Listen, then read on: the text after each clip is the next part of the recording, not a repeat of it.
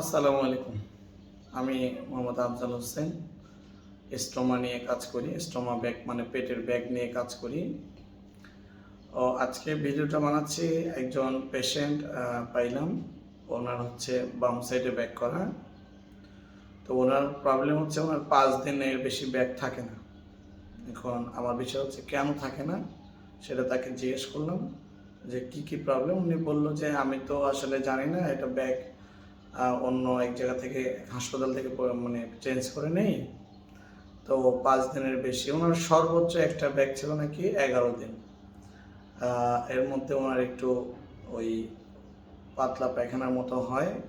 এটাও একটা কারণ হতে পারে, কিন্তু আমি বললাম যে না, আমি আগে তাহলে দেখতে চাই আপনার কেন ব্যাগটা নষ্ট হয়।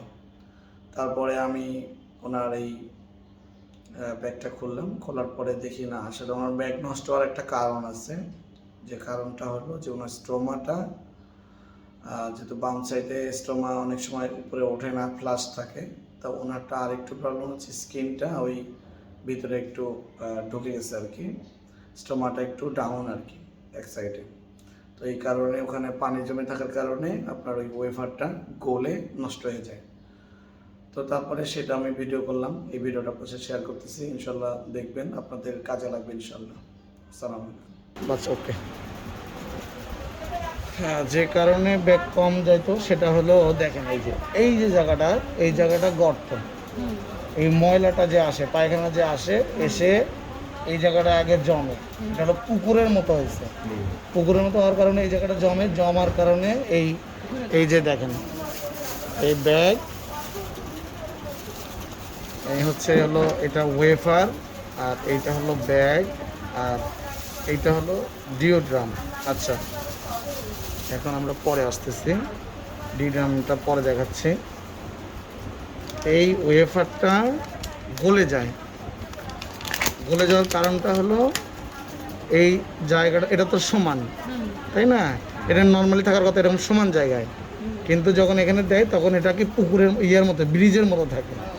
এই গ্যাপটার মধ্যে আগে পানিটা এখানে জমার পরে তারপরে এটাতে গড়ে আছে, কিন্তু জমার কারণে এটা নরম হয়ে লিক হয়ে যায়। এখন করণীয় হলো এটা বেশি কাটা যাবে না।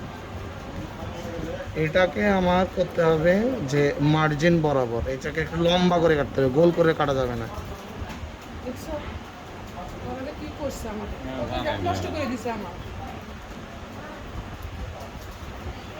এই এটাকে এই যে এরকম লম্বা কাটতে হবে। এই যে দেখছেন, হয়ে গেছে, পারফেক্ট, একবারই হয়ে গেছে। তারপর আর একটু কেটে নেই, একটু বড় থাক, সমস্যা নেই।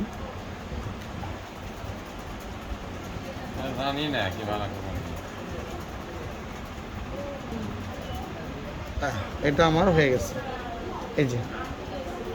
এই জায়গাটায় এখন কি করব সেটা বলে দিচ্ছি। যে এখন তো গর্তই থাকলো, গর্ত তো আর ভালো হইলো না। গর্তকে কীভাবে কী করা যায় সেটা একটা আগে ডিড্রামটা কেটে নেই।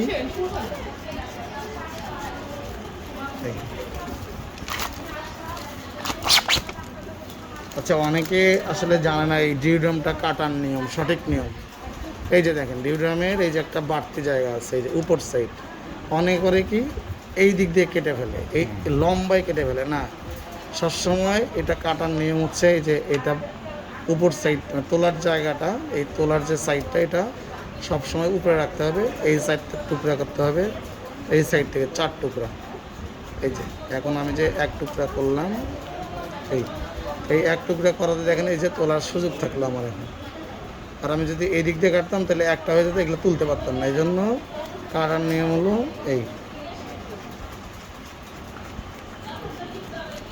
এই 2 টুকরা, আর এই একটা আছে 3 টুকরা।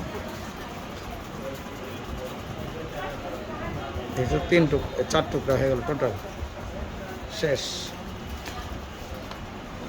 এই স্টোমাটিসিপ পেস্ট এনি এতদিন এটা দেয় নাই, এটা না দেওয়ার কারণে ওনার ব্যাগ কম গেছে। আজকে এটা আমি প্লাস করে দিচ্ছি। এখানে আমি আগেই ড্রেসিং করে নিয়েছিলাম, এখন আচ্ছা, এটা লাগানোর সঠিক নিয়ম।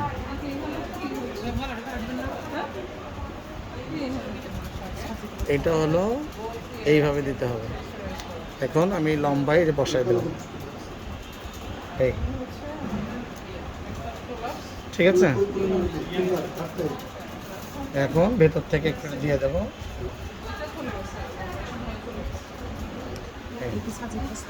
হুম, মোহাম্মদ আলী।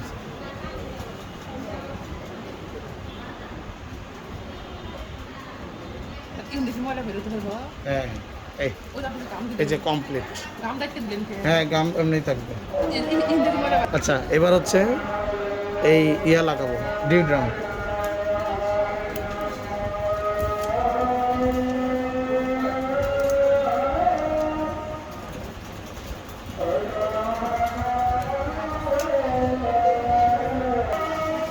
আচ্ছা, এইটা হচ্ছে মাইক্রোফোন। এখন সাইড দিয়ে মাইক্রোফোন লাগাবো। এই মাইক্রোফোন দিলে এটা গলবে না, এখন এটার কাজ।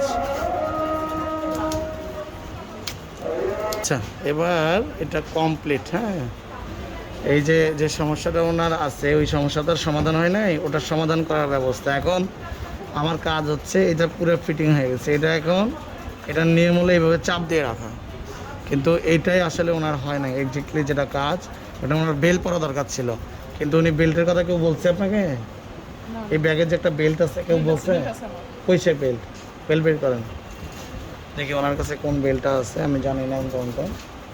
ওই বেল্ট না, এটা তো পেটের বেল্ট। এই ব্যাগের একটা বেল্ট আছে, এই যে এই যে এখানে এখানে দুটো লুপ দেওয়া আছে। এই লুপ দুটো কি কারণে দিচ্ছে? এটা বেল্ট পরার জন্য কোম্পানি। যাই হোক, ওই বেল্ট লাগবে না, যেহেতু আপনি ব্যাগ ক্লোজ করতে আসছেন, আমার দায়িত্ব, তাই বলে দিলাম। এটার এখন কাজ হচ্ছে, পেডিকোটের ফিতা আছে এক্সট্রা? হ্যাঁ, কোনো রশি না, এটা আজকে থেকে এইদিকে হবে। আপনি এই সবসময় ব্যাগ মনে এদিকে পাকা করে দিচ্ছেন, তাই না? হ্যাঁ, এমনি থাকবে সবসময়। হ্যাঁ হ্যাঁ, পায়ে সোজা, সবসময় ব্যাগ স্ট্রেট থাকবে সোজা। একটা ফিতা দিতে কিছু নাই? আচ্ছা, আমি ফিতা ফিতে দিচ্ছি, দাঁড়ান।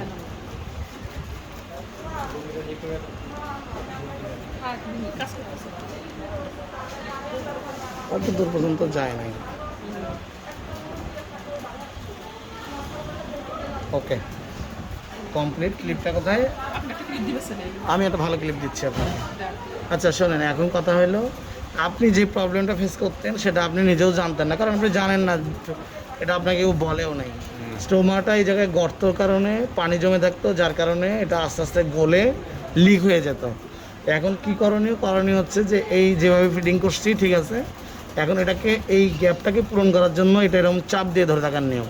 চাপ দিয়ে ধরে থাকলে এই গর্তটা উপরে চলে আসবে, আর পানিটা যা আসবে সব ব্যাগে চলে আসবে, তখন এটা লিক করবে না। এটা এরকম 10-15 দিন 20 দিন আপনার চলে যাবে, বুঝতে পারলেন? তো যাই হোক, বেল এখন নেওয়ার দরকার নাই, আপনি ব্যাগ ক্লোজ করবেন, আমি আপনাকে একটা ফিতা দিয়ে আটকে দিচ্ছি।